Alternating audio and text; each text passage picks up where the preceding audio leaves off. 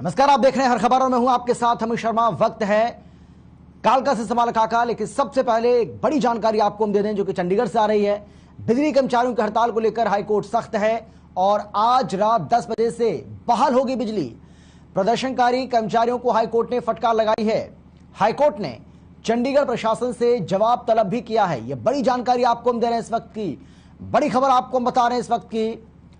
चंडीगढ़ से बिजली कर्मचारियों की हड़ताल को लेकर हाईकोर्ट ने सख्ती दिखाई है और आज रात 10 बजे से बिजली बहाल होगी। प्रदर्शनकारी कर्मचारियों को हाईकोर्ट ने फटकार लगाई है। इसके साथ ही हाईकोर्ट ने चंडीगढ़ प्रशासन से भी इस पूरे मामले में जवाब तलब किया है। ये इस वक्त की बड़ी जानकारी आपको हम दे रहे हैं, बड़ी खबर आपको हम बता रहे हैं। बिजली कर्मचारियों की हड़ताल जिस तरीके से चल रही है चंडीगढ़ में, 72 घंटे की हड़ताल बुलाई गई थी, जिसको 36 घंटे से ज्यादा का समय हो चुका है, लेकिन अभी तक समस्या का समाधान नहीं हुआ है। हालांकि प्रशासन और जो हड़ताली कर्मचारी हैं उनके बीच में एक बैठक भी हुई है, लेकिन बताया जा रहा है कि यह बैठक पूरी तरह से बेनतीजा रही और इसका खमियाजा आम जनता को भुगतना पड़ रहा है। लोगों के घरों में पीने तक का पानी नहीं है। अस्पतालों में जो सर्जरी होनी थी किसी की, उन सर्जरी को टालना पड़ा है। ट्रैफिक व्यवस्था पूरी तरह से चरमरा गई है और यही वजह है कि इस पूरे मामले में अब हाई कोर्ट ने संज्ञान लिया, जिसके बाद बताया जा रहा है कि आज रात 10 बजे से बिजली बहाल होगी। हड़ताली कर्मचारियों को भी कड़ी फटकार लगाई है हाई कोर्ट ने। इसके साथ ही प्रशासन से भी जवाब तलब किया है। ये बड़ी जानकारी लगातार आपको हम दे रहे हैं, इस वक्त की बड़ी खबर आपको हम बता रहे हैं। चंडीगढ़ में जिस तरीके से बिजली संकट बना हुआ है और आधा शहर बिजली संकट में डूबा हुआ है, बत्ती पूरी तरह से गुल है और यही वजह है कि चाहे आप बाहर हों या फिर घर के अंदर, आपको हर जगह अंधेरा ही अंधेरा दिखाई पड़ेगा, जिससे लोगों को बहुत ज़्यादा मुश्किलों का सामना करना पड़ रहा है। और यही वजह है कि अब हाईकोर्ट की ओर से इस पूरे मामले में संज्ञान लिया गया, जिसमें हाईकोर्ट ने हड़ताली कर्मचारियों को फटकार लगाई। इसके साथ ही चंडीगढ़ प्रशासन से भी इस पूरे मामले को लेकर जवाब तलब किया है। हालात इतने बुरे हो चुके हैं कि स्थिति को नियंत्रित करने के लिए, स्थिति को नियंत्रण में लाने के लिए सेना को भी बुलाना पड़ा।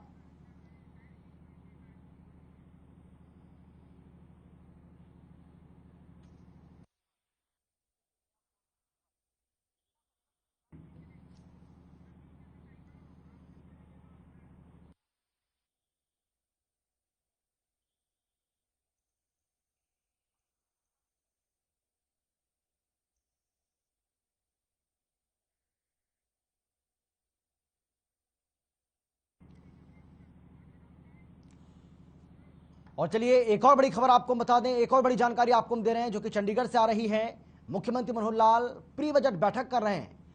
शिक्षा विभाग के साथ ये प्री बजट बैठक हो रही है, बजट बनाने को लेकर चर्चा हो रही है और इस बैठक में शिक्षा मंत्री कंवरपाल गुर्जर भी मौजूद हैं। पहले भी कई विभागों के साथ सीएम इस तरीके से बैठक कर चुके हैं, चर्चा कर चुके हैं। ये एक और बड़ी जानकारी आपको हम दे रहे हैं इस वक्त की। चंडीगढ़ से मुख्यमंत्री मनोहर लाल बजट बैठक कर रहे हैं। शिक्षा विभाग के साथ ये बजट बनाने को लेकर बैठक हो रही है और इस बैठक में शिक्षा मंत्री कंवरपाल गुर्जर भी मौजूद हैं। आपको बता दें कि इससे पहले भी मुख्यमंत्री की ओर से इस तरह से तमाम विभागों के साथ, तमाम मंत्रालयों के साथ यह बैठक की जा रही है।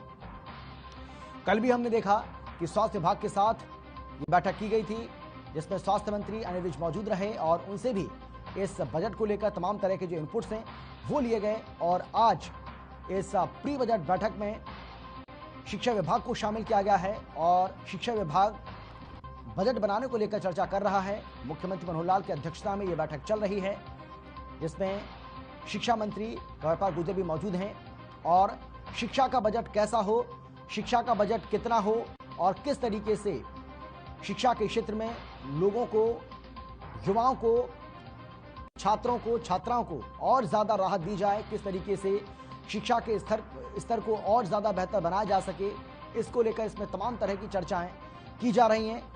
2 मार्च से बजट सत्र शुरू हो रहा है और कहा जा रहा है कि 7 या 8 तारीख को बजट पेश हो सकता है। इसी को लेकर मुख्यमंत्री मनोहर लाल लगातार बैठक कर रहे हैं, तमाम विभागों के साथ वो बैठक कर रहे हैं। इससे पहले स्वास्थ्य विभाग के साथ उन्होंने बैठक की, पंचायत के सदस्यों के साथ भी वो बैठक कर चुके हैं और आज शिक्षा विभाग के जो अधिकारी हैं, शिक्षा विभाग के जो बड़े अधिकारी हैं वो तो इस बैठक में मौजूद हैं। इसके साथ आपको बता दें कि शिक्षा मंत्री कंवरपाल गुर्जर भी इस बैठक में मौजूद हैं और मुख्यमंत्री मनोहर लाल ये प्री बजट बैठक कर रहे हैं। इस तरीके से हमने आपको बताया कि हर वर्ग को किस तरीके से खुश रखा जाए, हर वर्ग के लिए इस बजट में कुछ ना कुछ खास हो, और यही वजह है कि तमाम मंत्रालयों के साथ ही और इसके साथ हर वर्ग के साथ ही चर्चा लगातार चल रही है।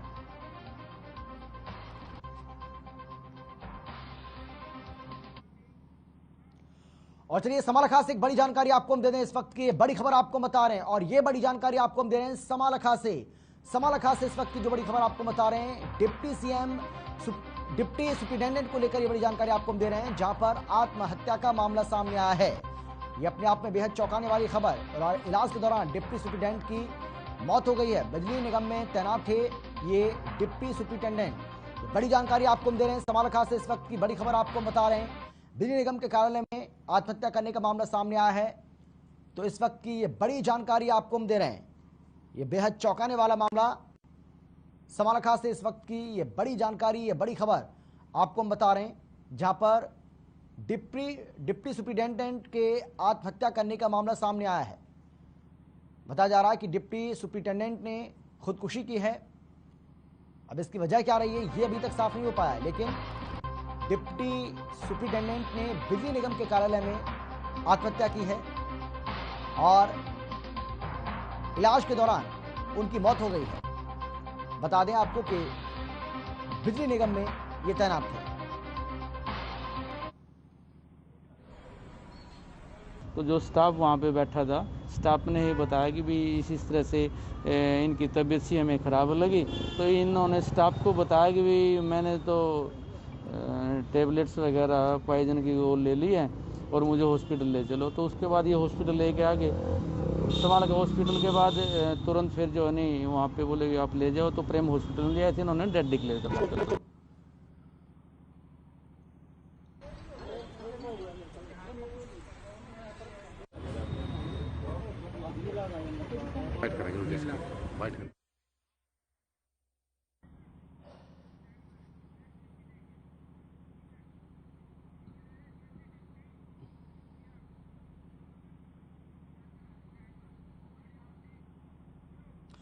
और चलिए अब खबरों में आगे बढ़ते हैं। उप मुख्यमंत्री दुष्यंत चौटाला ने Haryana state employment of local candidate act के तहत पोर्टल से संबंधित तैयारियों की समीक्षा बैठक की है।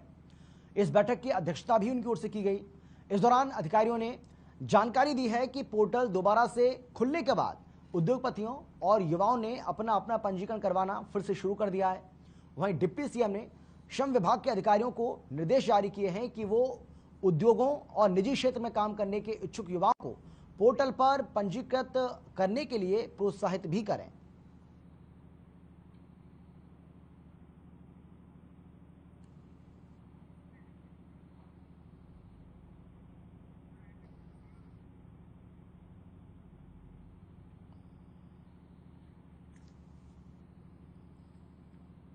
तो डिप्टी सीएम दुष्यंत चौटाला की ओर से ये बैठक ली गई है, जिसमें कई मंत्री और अधिकारी जो हैं वो मौजूद रहे। और जिस तरीके से आपको याद होगा कि इससे पहले भी हमने देखा है कि 75% निजी क्षेत्र में आरक्षण का जो मामला है उसको लेकर भी सरकार को झटका लगा था। हालांकि वो मामला सुप्रीम कोर्ट पहुंचा और सुप्रीम कोर्ट से बड़ी राहत सरकार को मिली।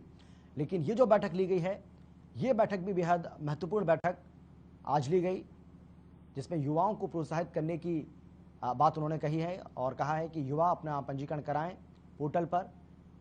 इसको लेकर जो अधिकारी हैं वो भी उन युवाओं को प्रोत्साहित करें, उन्हें इस बारे में जागरूक करें, उन्हें बताएं। इसके साथ ही उद्योगपतियों और युवाओं ने भी जो पंजीकरण कराया है उसकी संख्या में भी लगातार इजाफा होता जा रहा है और ज़्यादा संख्या में जो युवा हैं, उद्योगपति हैं, वो अपना पंजीकरण कराएं। इसके लिए उन्होंने HSELC एक्ट के तहत ये बैठक ली है।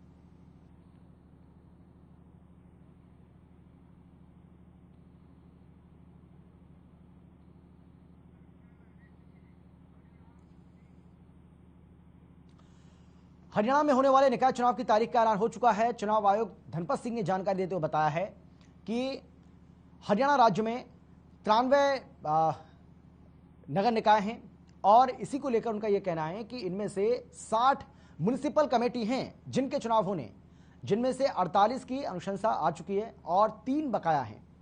इसके साथ ही उन्होंने बताया है कि आधिकारिक रूप से इलेक्शन रोल का जो शेड्यूल है वो डीसी को जारी कर दिया गया है। उन्होंने आगे ये भी कहा है कि अगस्त 2021 में जो इलेक्टोरल रोल रिवाइज हुए थे उन्हें इसमें ऐड करना है। साथ ही उम्मीद है कि यह कार्यक्रम तय समय में पूरा हो जाएगा।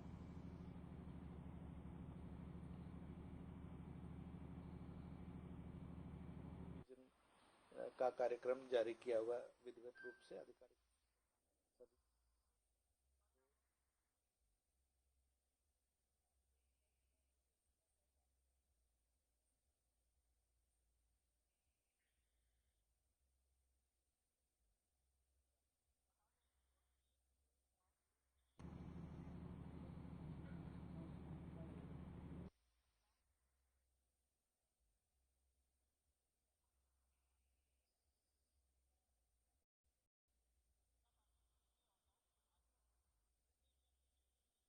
इसकी जो आधिकारिक जो सूचना है उसको बाद में जारी किया जाएगा, लेकिन हरियाणा चुनाव आयुक्त धनपत सिंह ने इस बारे में जानकारी दी है। इस बात की जानकारी देते हुए उन्होंने बताया है कि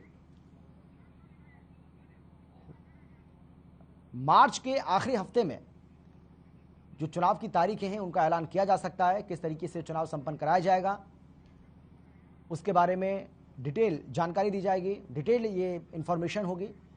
इसके साथ ही उन्होंने ये भी कहा है कि इसमें देरी ज़रूर हुई है, लेकिन जैसे ही सरकार की ओर से अनुशंसा उनको मिली उसके बाद ही हमने ये फैसला किया है कि जल्द से जल्द नगर निकाय चुनाव कराए जाएं।